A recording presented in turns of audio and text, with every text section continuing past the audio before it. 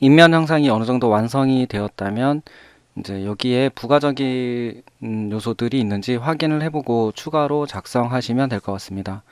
그래서 도면을 보면서 어떤 것들이 있는지 좀 살펴보고요. 마저 그려보도록 하겠습니다.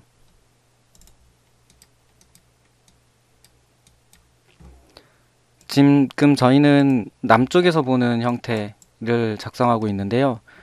여기서 보이는 거는 특별히 보이는 거는 이제 아랫부분에 요 세워쌓기, 창문 아래쪽에 세워쌓기 한 거 하고요. 정면 부분에 계단, 그리고 요 측면에 계단 난간이 하나 보이네요. 이제 이거 말고는 특별히 형상이 더 보여지는 건 없는 것 같습니다. 그래서 세워쌓기 부분 표현 먼저 해보고요. 그리고 계단 작성하고 추가적인 게 있는지 좀 더 살펴보도록 하겠습니다. 세워쌓기는 단면 부분에서 보면은 좀 정확히 알 수 있는데요.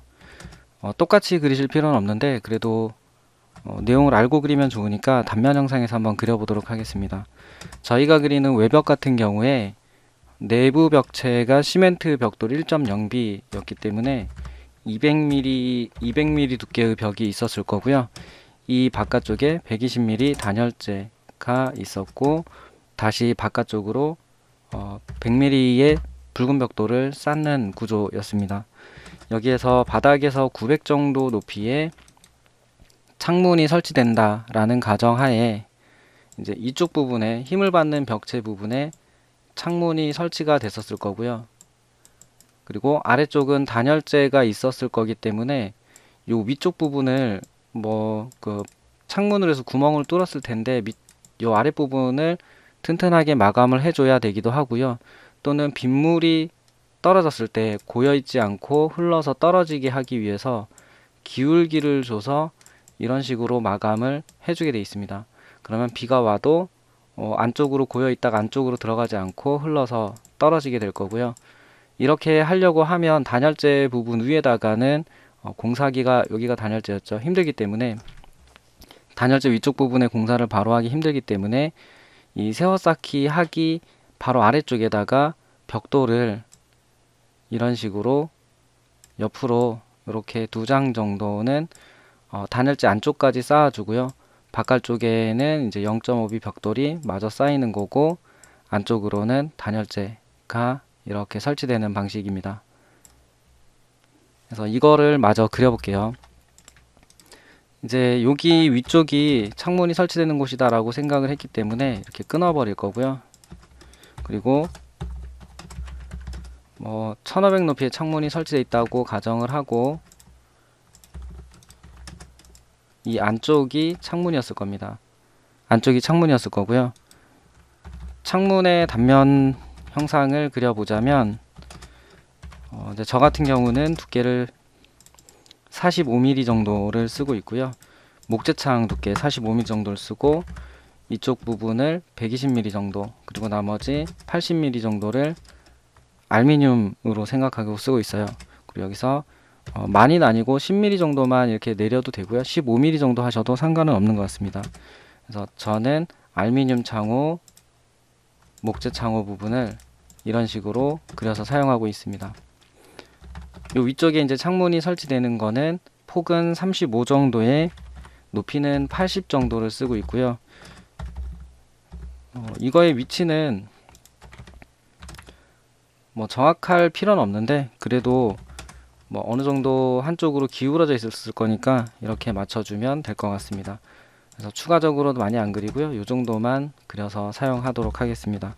위쪽도 동일했을 테니까 이 미러 기능 이용해서 연장시켜주고 1500까지 올라가니까 이렇게 붙으면 창문이 될 것 같습니다. 부가적인 선들은 더 안 그리도록 하겠습니다. 요 정도만 그릴 거고요. 이제 이렇게 되면은 창문의 측면 부분에 이쪽 부분은 인면으로 벽체 측면을 단열재가 있는 곳을 막아주는 인면선이 들어올 거고요. 벽체 벽돌 세워쌓기 한 개 보일 거고 창문 아래쪽은 물을 떨어뜨리기 위해서 기울여서 쌓은 벽돌을 집어넣게 됩니다. 그래서 이 부분 표현을 해보도록 하겠습니다. 우선은 뭐 어렵게 생각하실 필요는 없고요. 세워쌓기를 하는 것도 벽돌로 하는 거기 때문에 벽돌 한 장을 생각하시면 돼요. 벽돌 한 장은 측면으로 세워서 쌓기 때문에 그 크기가 이제 저희가 알고 있는 벽돌은 이렇게 생겨 있는 이런 사이즈의 벽돌일 텐데, 이 벽돌이 이쪽 부분이 200이고요. 190mm, 그리고 이쪽 부분이 90mm, 그리고 높이가 56mm인가 58mm인가 그렇습니다. 그래서 대충 여기를 100mm, 여기를 200mm, 그리고 높이를 60mm 이렇게 생각을 하고 작성을 하는데, 이 벽돌을 세워서 쌓는다라는 거의 의미는 이런 식으로 쌓는 거거든요. 이 방향으로 이렇게 세워서 쌓는 방식을 말하기 때문에 이쪽이 90이고 이쪽이 60이고요. 60이고 이쪽이 90mm가 되게 쌓습니다. 그래서 이 벽돌을, 이쪽은 이제 200mm나 190mm였겠죠. 이 벽돌을 한번 그려보겠습니다. 똑같이 그리면 되니까 높이 뒤쪽으로는 200이라고 생각을 하고요. 위쪽으로는 90mm 이렇게 그리면 이게 벽돌의 측면 한 장이라고 보시면 되고요. 세워쌓기 각도는 웬만하면 15도 이내로 합니다. 그래서 이거는 15도 정도만 돌리도록 하겠습니다. 이제 이렇게 돌린 벽돌을 그래도 창문의 위쪽으로 올라가진 않을 거니까 여기 맞춰서 작성을 한다라고 생각하시면 되고요. 이 벽돌이 어쨌든 물이 흘러서 떨어져야 되기 때문에 바깥쪽으로 이 적벽돌이 쌓여 있는 곳보다는 바깥쪽으로 살짝 나가 있어야 물이 이렇게 떨어질 겁니다. 그래서 뭐 얼만큼을 낸다가 아니라 눈으로 보시면서 적당히 어느 정도 나가 있다 싶은 정도면 되고요. 뭐 요 정도 크기가 되면 될 것 같습니다. 그래서 눈으로 맞추시면 되고, 이 아래쪽에는 벽돌 2장 정도를 세워서 눕혀서 쌓기 때문에 그 높이 60mm 해서 2장 정도 이렇게 표현을 해주면 될 것 같습니다. 이렇게 하시고 나서 여기 부분 위쪽으로는 안 보일 테니까 잘라줄 거고요. 이 벽돌에 가려진 나머지 부분도 없으니까 잘라내도록 하겠습니다. 이렇게 그리시면 이게 세워쌓기 단면의 표현이거든요. 이 부분은 단열재였을 거고요. 단열재 쓸 거고, 빨간 벽돌 이렇게 들어왔을 겁니다. 그리고 뭐 인면의 표현이니까 이쪽 부분에도 뒤쪽으로 멀리 창문 옆으로 쌓여져 있는 세워쌓기 벽돌이 보여질 거고요. 그 벽돌은 인면선으로 이렇게 표현을 해 보겠습니다. 그래서 여기까지 창문의 인면선을 표현하고 있는 거고요. 이 선까지 인면선으로 해 놓으시면 될 것 같습니다. 저희가 그려야 되는 인면에서 세워쌓기 하는 부분은 사실상 이쪽에서 보는 부분이기 때문에 높이를 생각해 보면 이 높이가 될 겁니다. 이렇게. 그래서 이제 똑같이 그려보자면 이 높이, 이 세 개의 높이가 나올 거고요. 요 세 개의 높이에 창문의 아랫단이 이렇게 있었을 거기 때문에 세워쌓기 표현은 이제 이런 식으로 될 겁니다. 높이 차이가 아래가 좀 더 두껍고 위에가 살짝 낮은 형태로 표현이 될 겁니다.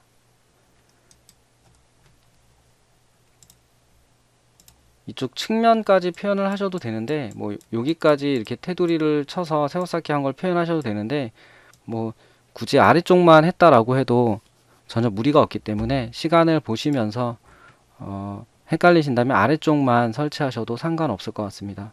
그리고 여기에 길이나 높이를 뭐 정확하게 표현을 하려고 이제 노력하지 마시고요. 대충 이런 거는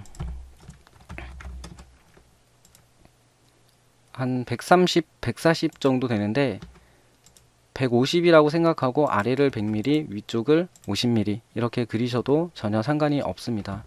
그래서 요거를 가지고 방금 저희가 그려본 내용을 가지고 창문 밑에 이 세워쌓기를 표현을 해보자면 150mm를 내리고 그리고 50mm를 내려주면 여기가 세워쌓기 표현이 될 것 같습니다. 저는 좀 노란색 선을 이용하는 편이고요. 이쪽 부분에 벽돌 이제 최후에 해치 넣을 때 라인이나 뭐 이런 일자 선의 해치를 이용해서 세워져 있는 벽돌의 느낌만 표현해 주면 될 것 같습니다. 그래서 이런 걸 이용해서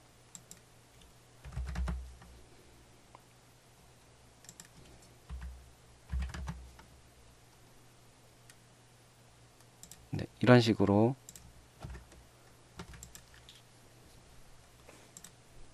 이 해치만 이렇게 표현해 주시면 세워쌓기 표현이 될 것 같습니다.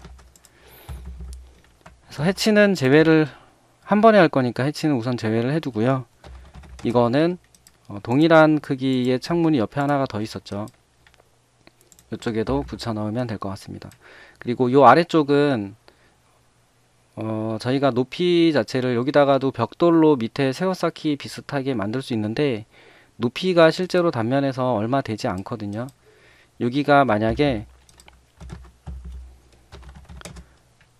발코니로 나가는 문 부분이었다고 치면 이걸 살짝 옮겨 볼게요.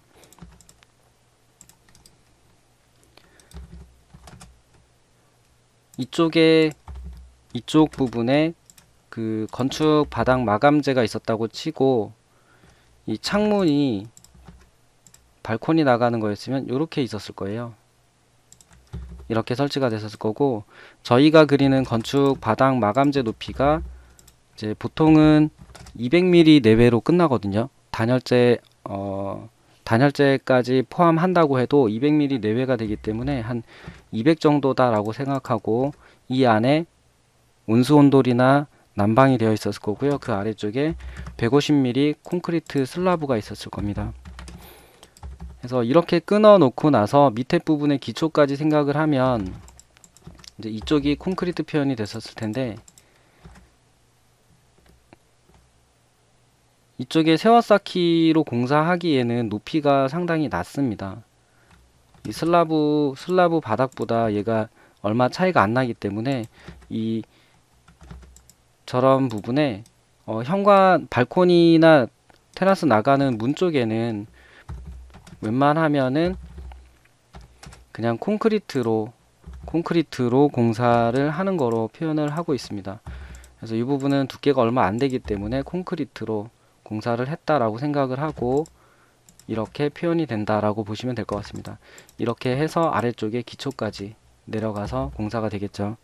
이제 발코니 쪽이 있었을 거니까 이 부분은 콘크리트 슬라브가 마저 나와 있었을 겁니다. 이런 식이었을 거예요.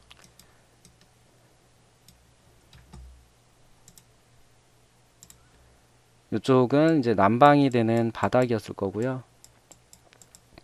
이쪽 부분은 테라스나 발코니가 나와서 작은 기초가 하나 있었을 겁니다. 뭐 있었다면 난간이 있었을 수는 있겠네요.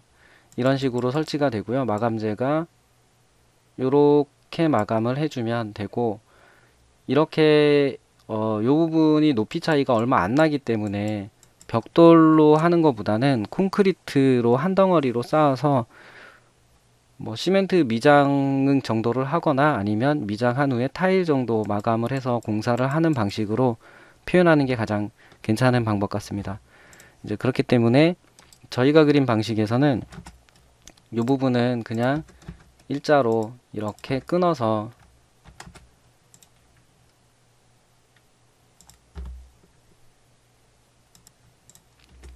표현을 콘크리트의 페인트 마감 같은 거 한 거로 표현을 하셔도 괜찮을 것 같아요. 이제 물론 이제 이런 부분 때문에 전체적으로 이제 뭐 이 높이를 올려서 그리셔도 상관이 없는데 뭐 이 부분을 이렇게 표현하셔도 전혀 무리는 없는 것 같습니다. 이제 이렇게 해서 각 부분의 밑에 부분의 표현을 다 마쳤고요. 남은 게 앞쪽 부분에 있는 계단입니다. 계단 같은 경우 그려보도록 하겠습니다. 계단 같은 경우는 단면도 할 때 말씀드렸다시피 여기 선이 꺾여서 올라가는 부분을 표시한다라고 했고요. 앞에서 볼 때 이쪽 부분까지도 계단이 이렇게 올라가는 변화되어 있는 형상이 보이는 구간이기 때문에 이 부분의 인면 형상을 이제 그리실 때 반드시 여기 부분을 같이 표현해 주시면 좋을 겁니다.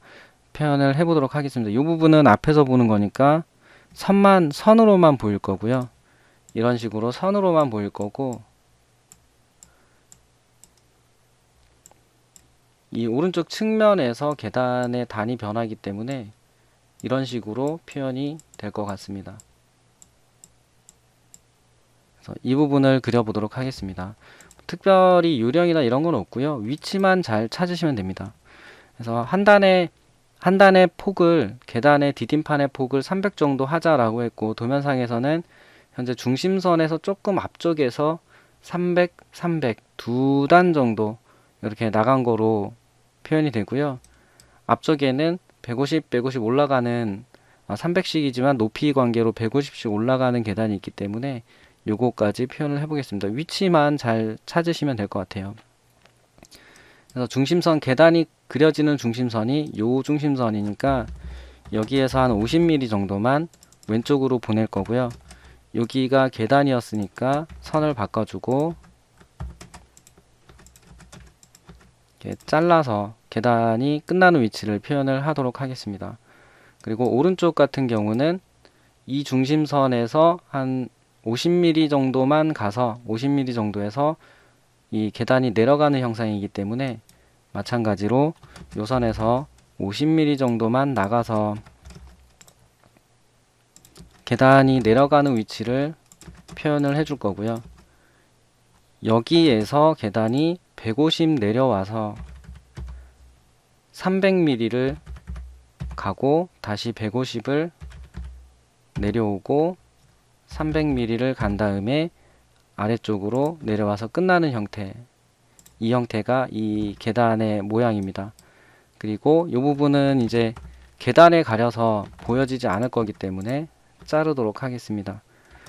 이렇게 되면은 이 측면에는 일자로 올라가는 형태의 계단이 보여지는 구간이었기 때문에 앞쪽으로 선을 이렇게 연결해 주면 끝이 날 것 같습니다.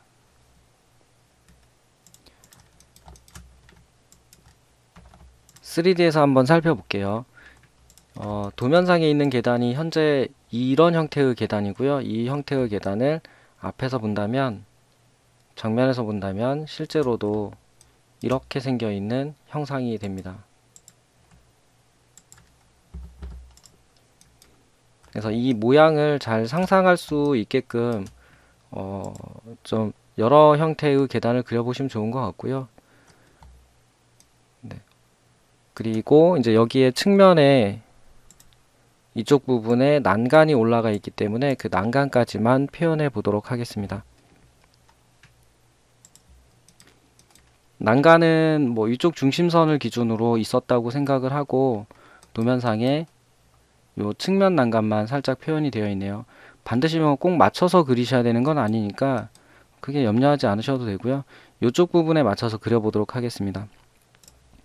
이제 난간 같은 경우는 뭐 저희가 일반적으로 쓰는 난간이 이렇게 생겨 있는 난간이라고 보시면 되고요. 이렇게 굵은 위쪽에 핸드레일이 지나가고 중간중간에 가는 기둥이 내려와 있는 형태의 난간을 많이 그리는데, 이때 이제 뭐 특별한 건 없는데 이 손으로 잡고 지나가는 이 봉이 대부분은 지름으로 50cm 전후가 가장 일반적으로 좋다라고 하네요. 이게 손에 쥘 때, 손으로 잡았을 때 너무 크거나 너무 작지 않아서 적당히 누구나 잡기 편한 정도가 50cm 정도래요. 지름이 50cm 정도라고 합니다. 그래서 요거는 이 부분은 5cm, 50mm, 5cm로 그릴 거고요. 아래 있는 거는 지름 이거의 절반 정도 하시면 될 것 같아요. 지름으로 25mm 정도 표현하시면 될 것 같습니다.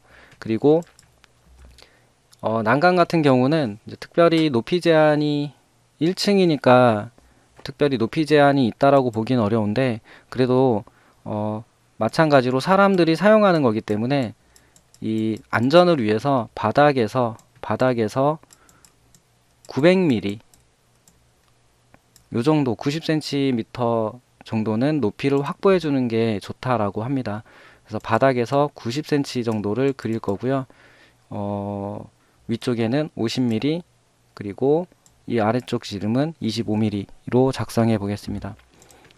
이제 그렇게 되면은 저희가 그려야 될 난간이 바닥에서 900mm 정도에 있으면 좋다라고 했으니까 두 개의 난간이 될 겁니다. 여기서 하나, 여기서 하나. 그리고 이쪽 부분에서 선이 하나 갈 거고, 핸드레일이 50mm가 될 겁니다.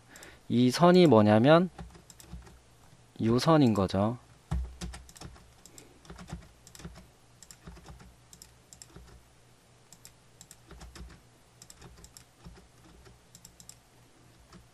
이렇게 되어 있는, 그 정면에서 보고 있기 때문에 핸드레일이 지나가는 동그란 애가 일자로 쭉 올라가는 이 부분을 표현한 거다라고 보시면 될 것 같네요. 그러고 나면은 여기에 수직하게 생겨 있는 25mm짜리 동자기둥만 생기면 될 것 같습니다. 좀 더 표현을 해주고 싶으신 분은 원 같은 걸 이용해 가지고, 그래도 둥근 걸 썼을 거니까 이런 식으로 표현을 해주면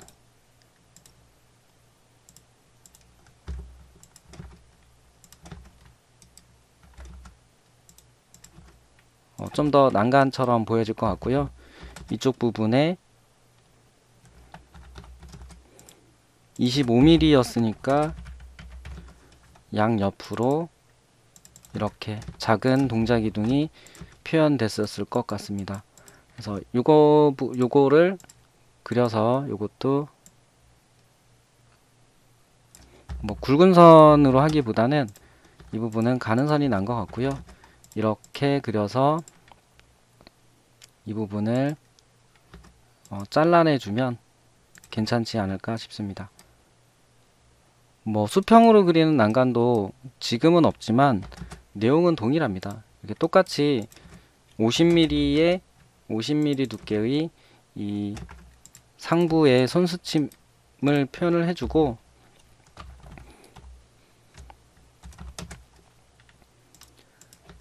작은 기둥, 동자 기둥을 사이에 올려주는데, 요거의 간격은 한 15cm 이내면 좋다라고 하는데 150 하면 너무 좁거든요. 그래서 어쨌든 이면상의 표현이니까 그래도 한 250 정도, 이 정도에서 표현을 하시면 뭐 괜찮지 않나 싶습니다. 요거는 이제 뭐 배열 같은 거 이용하셔서 옆으로 쭉 보내셔도 괜찮을 것 같고요. 우선은 여기서는 없으니까, 여기서는 표현이 안 되니까 작성하지 않도록 하겠습니다. 이제 추가적으로 그릴 게 있는지 좀 더 살펴볼게요. 딱히 지금 봐서는 다른 요소들이 보여지는 것 같진 않아요. 뭐 화단이 있거나 이런 것도 아니고, 이 선원통, 물이 내려오는 선원통이 표현되어 있는 것도 아니기 때문에 현재로서는 최대한 웬만한 애들은 다 그린 것 같습니다. 그래서 인면의 형상이 이 정도 되면은 마무리가 된다라고 보시면 되고요. 이제 여기에 해치랑 문자 넣고 마무리 해보도록 하겠습니다. 고생하셨습니다.